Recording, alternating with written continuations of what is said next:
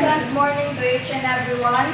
I am Catherine Rose Labunay, a member of Group 5, and today we will be discussing Vygotsky's socio-cultural theory. So, Vygotsky.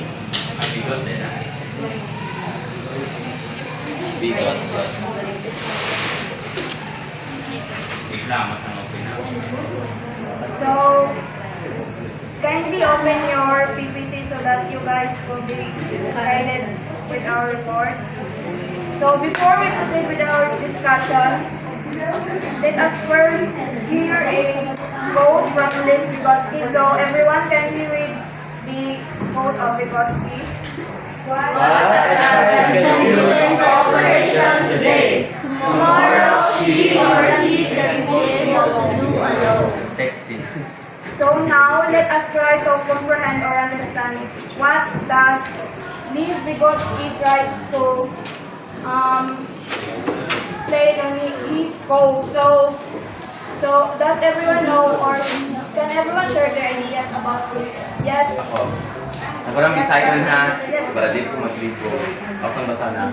What child can do in cooperation today, tomorrow she can be. For example, for example, kanang dili ka kabulong manglaba. Then dito duan ka sa imong mama. So for example, og makabalaw na ka, so pagkaugma, next day, magkadako ka, kaya na nimo kay kabulong ka. Mga knowledge. So any ideas from the group? Yes, AJ. Kami po, ako pong example is kanina college ta sa una, ato mama o papa mo gagay na po sa una. So that, karon lang ito ko ng anak na mag-independent na ta, but we can able to do along task. Yes. So any other ideas from the group? So yes, Ricky. So I think a person actually refers to an individual if he or she or they will do such specific thing, kanabitaw sila lang bitaw. So in the future, marabitaw mo independent na sila. They like that. Exactly. So all of your answers are correct. So this quote means that when a child learns something with the help of others today, so when we say others, it could be parents, families, teachers, or friends. So when a child learns something with the help of others today, they will be able to do it by themselves in the future. So let's give it an example. For instance, a mother tries to help her child tie its shoes. So at first, of course, the child doesn't know how to tie her shoes. So the mother first demonstrates how to do it. So by practice, the child will be able to do, or the child will learn to do that certain task alone. So this statement of Lev Vygotsky emphasizes the crucial role of social interaction in a child's learning and development. It means that with the proper guidance, support, and collaboration, a child can be able to perform a task that they may not yet be able to do alone. So over time, as the child gain understanding and practice, they will develop the ability to do or to perform tasks independently. So it's let me present to you the learning outcomes of our topic. So can anyone please read the learning outcomes? Yes, Fred. Learning outcomes. At the end of this module, you should be able to explain why Vygotsky's theory is called socio-cultural theory and differentiate Piaget and Vygotsky's views on cognitive development and explain how does scaffolding is useful in teaching a skill. Okay. So that is our learning outcome for this topic. So introduction. Can anybody again please read this? Yes, Franco. Oh my god. Introduction.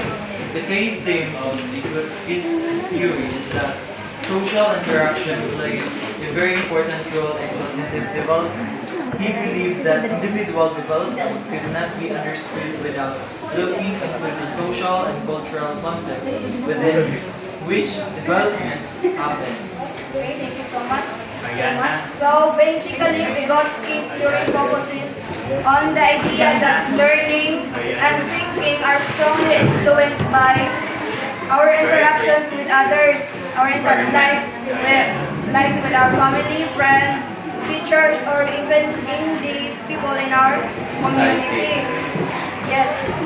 So he believed that a child's development isn't just about what they do on their own, but also about the environment and the culture they grow up in. So he believed that the people don't develop their thinking skills in isolation.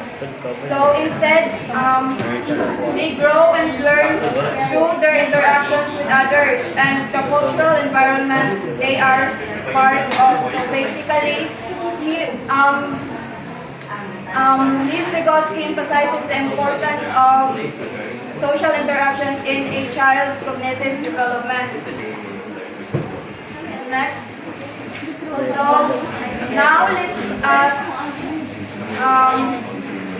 know who is Lev Vygotsky. So Lev Vygotsky was born in Russia on November 17, 1896 and died on June 11, 1934 at the age of 37. So imagine Lev Vygotsky passed away when he was only 37 years old, so he was still very young when he died. But despite his short lifespan, yes, he made a huge impact on psychology and education. His work began when he was studying learning and development to improve his own teaching. So he started exploring how people learn and develop while studying while he is studying methods to improve his teaching. So can you imagine how amazing Lev Vygotsky is? He is multitasking. He is currently he started exploring how people learn and develop while also currently studying methods that he can use to improve his teaching methods, also his teaching ways. So he is good. yes, he is amazing in that. He's good. So Vygotsky is also a writer in any areas. Like for example, he wrote on language, thought, psychology of art, learning and development, and educating students with special needs. So his work laid a foundation for understanding on how culture and communication influence our learning. So Vygotsky's ideas about language, culture, and cognitive development have become major influences in psychology and education today. So again, as I have said, even though he died at a young age, despite his short life, he made a huge impact on psychology and education. He influenced a lot of people that even up to these days, some teachers and researchers are still using his ideas, yes, using or applying his ideas to create better learning method. So they are applying Vygotsky's way of teaching to make their teaching method more effective for the child, or for the child to be able to understand more. And yes. So Lev Vygotsky, he educated under a teacher who used the Socratic method. Socratic method was a systematic question and answer approach that allowed Vygotsky to examine current thinking and practice higher level of understanding. So for Vygotsky, this Socratic method became an important foundation for his ideas about the teachings, wherein he believed that asking questions and guiding a student is more effective than just giving or just simply giving answers. So his role and his method of teaching is to enhance or to improve the critical thinking of the students by asking them questions and letting the students explain their ideas according to what question he is asking. So it is basically more on improving critical thinking of the child's development. His experience, together with his interest in literature and work as a teacher, lead him to recognize social interaction and language as two central factors in cognitive development. So as what as I have said, social interactions, he emphasized that social interactions plays a very important role in a child's cognitive development, and also he recognized social interaction and language as the two central factors in cognitive development. So later on, we will find out how does these two became the central factor of a child's development because it will be reported by my reporter. So now let's proceed. So lastly, his theory became known as socio-cultural theory of development. So now let us find out what is socio-cultural theory of development. So can anyone please read what is written in the PPT? Okay. Social-cultural theory of development emphasizes the crucial influence that social interactions and language embedded within a cultural context have on cognitive development. So as you can see in the diagram, this diagram explains Vygotsky's socio-cultural theory of development, which highlights a child's thinking and learning, which are shaped by, as you can see this one, which are shaped by social interactions, language, and cultural context.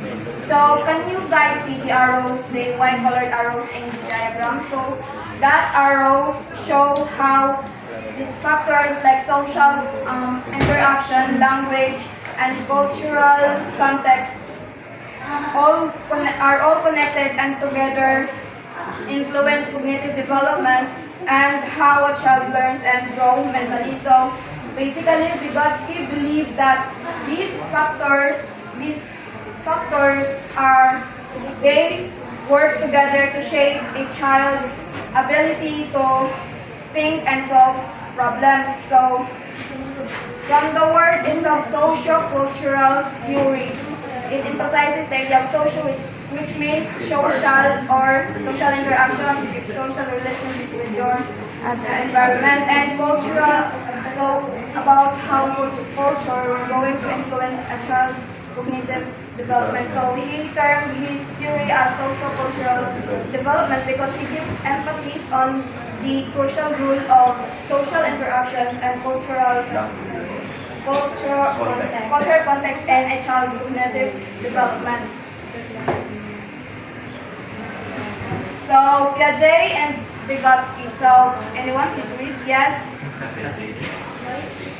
Yeah. Vygotsky worked on his theory around the same time as Piaget in between the 1920s and 30s, but they had clear differences in their views about cognitive development.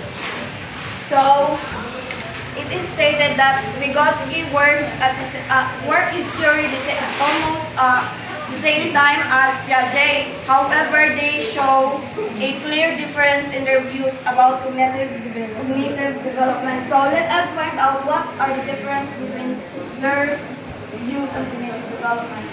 So difference between Piaget and Vygotsky's view about cognitive development. So in Piaget, he believed that his theory is more individual in focus, while in Vygotsky, he is more essential, more social in focus.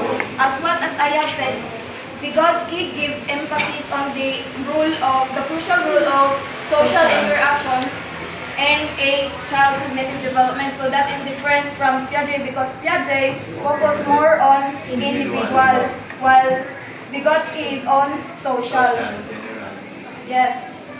So Piaget believed that there are universal stages of cognitive development, while Vygotsky did not propose stages but emphasized on cultural factors in cognitive development. So if you guys can still remember the report of Group 2, which is Piaget's stages of cognitive development, so in the report they show stages of stages of cognitive development, whereas Vygotsky, he did not propose stages, but instead he emphasized the cultural factors in cognitive development. So later on, throughout our report, you cannot see any stage that Vygotsky proposed, because he isn't about history isn't about stages. What he's trying to emphasize is the importance of social interaction, language, and cultural context. So Piaget did not give much emphasis on language, while Vygotsky stressed the role of language in cognitive development. So Piaget, he did not give much emphasis on language as what is stated here, but in terms of Vygotsky, he stressed the role of language in cognitive development. So he believed that language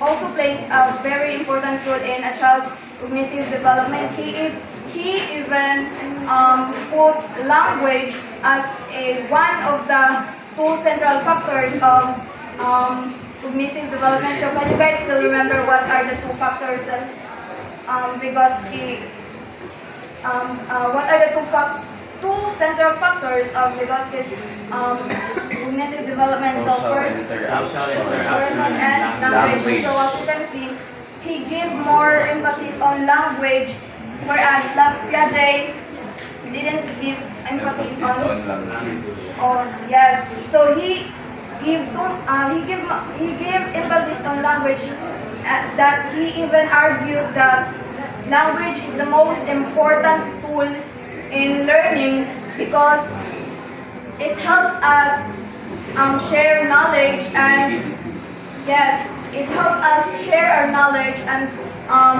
organize our thoughts. Yes, communicate. So basically, language. Yes. Yes. Yes, diba, as what you can see, you can interact with people who have the same language with you. So he give emphasis on language because people's social interactions or conversations with other people, we can share through that social interaction. We can share our every interaction na siya yung learning. yes, because with the help of language, we can share our knowledge and organize our thoughts, so we can convey what we wanted to share with the use of our language. So that would be all for my report, and I will share here before my co-reporter.